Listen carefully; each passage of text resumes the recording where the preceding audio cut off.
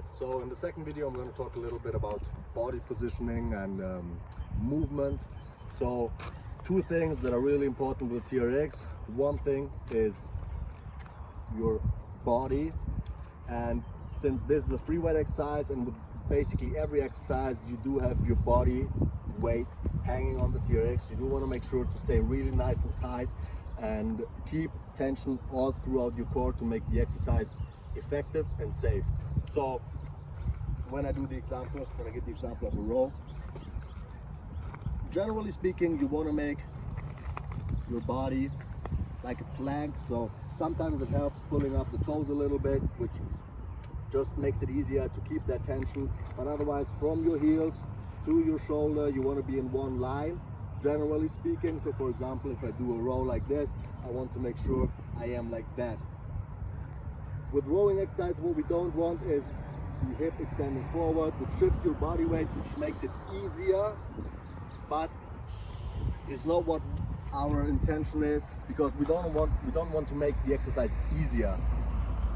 It lessens the your core activity, so your core is working less. It's basically a compensation, and it makes the exercise, yes, easier, which is something we don't want. If we want to make the exercise easier, we adjust our stance. So we do it in another way. This is one thing. So you want to make sure, if anything, you would want maybe at the bottom position your hips to hang back a little bit, which actually shifts more body weight backwards onto the TRX, which makes it harder, and then you get a nicer stretch. You go up into your row and back, and every time you change your positioning here, you do it nice and controlled. You don't use momentum for most exercises if you don't do it on purpose, but we either keep it nice and steady or we push it back. We don't push our hips forward. And the same thing when we do anything in that plane. For example, push-ups here, we want to really engage our core. Here we want to stay in one straight line. We want to engage our core, and as we go down, film it from the side, please. As we go down, your body stays in one straight line. Here what we don't want is hips hanging through, which is when we lose the tension in our core, when we don't engage our abs. It puts a lot of stress on our spine, and it's just something we do want to avoid. We squeeze our glutes, we squeeze our abs, and we stay nice and tight. And the second thing I want to talk about is your shoulder blade positioning. So when we do a row, for example, you come a little bit closer and film it from the back. So when we do a row, we start out in a stretch position, and before we actually do the part where we pull,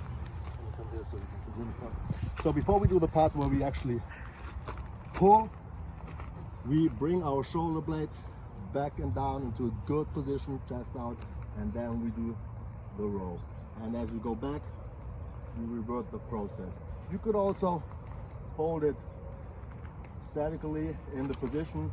The most important thing is that you do pull your shoulder blades back and down, which allows us to keep a nice posture and engage our lat, our back muscles, and all the muscles that we have on our back, not just our back but also our shoulders and everything, to work correctly and reinforces a nice posture.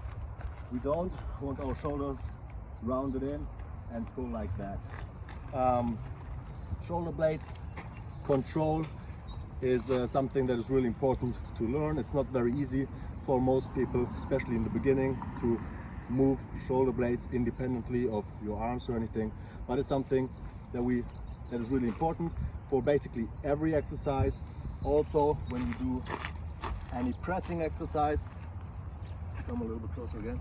If you do any pressing exercise, you want to pull your shoulder blades back and down and stabilize them here. And then as you go down, you keep your shoulders back and you push. What we don't want is to push like this, rounding our shoulders in, or a lot of movement here in general. We do want some active movement when we do back exercises, because that way we do engage the muscles that pull us back. But for any pressing exercises, or for also if you do a squat or if you just hold something, you always want to keep your shoulders nice in place, stable and safe. So whenever you do something or here you have a good posture and you're not in that posture which is slumped and is not good, to round it up. All right, these are the two things that I wanted to talk about in this video.